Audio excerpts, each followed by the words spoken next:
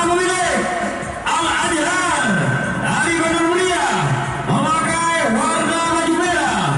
Selanjutnya yang ditunggu-tunggu Burung Milioner. Nama pemilik Adeba Arsila atas nama Wati Gojek Kendari. Selanjutnya Jennifer, nama pemilik Sari Fatima dari Galuas memakai baju kuning. 3 ekor kuda segera dibawa ke depan tribun. Sudah naik. Iya. Hati-hati, jangan pulang, sudah naik. Hati-hati, jangan dilen bang, jangan dilen. Ada di sini itu udah kencang itu bang, udah kencang. Oh, jangan dilen.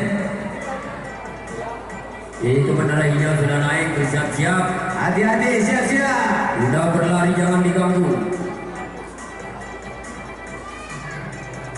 Lu jantung.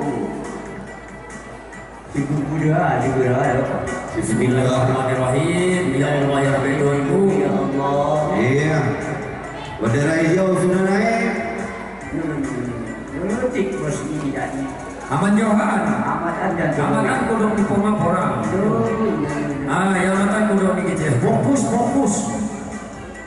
Ini kuda menancing. Iya. Sudah lepas.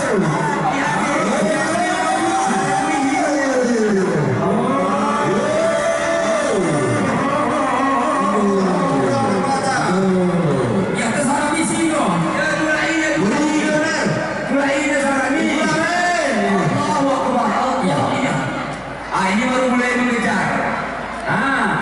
Roja wing ya. Ada itu kok sampai. Kembali jago.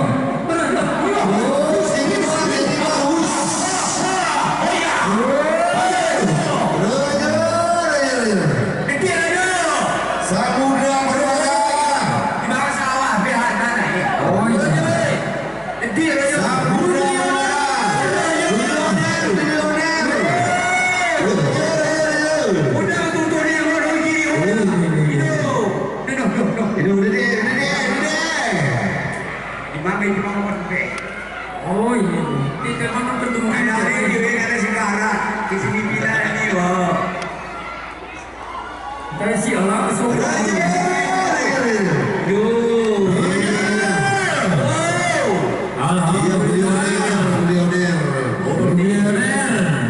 Orang hananya tetap sabun Ramadhan. Selamat.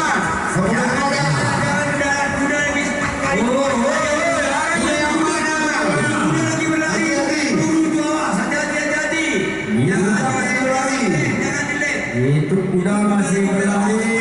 Jangan dilen. Aduh, awas. Awas sudah. Benda itu kamu kayak nak punya. Wah. Jangan kau yang kasih ya. Kopai ini kopai sawah. Sampai kan ke finish. Sawahan Berdua ini. sampai ke finish. Sawahan ini. Iya. Alhamdulillah. Rukun di sawah.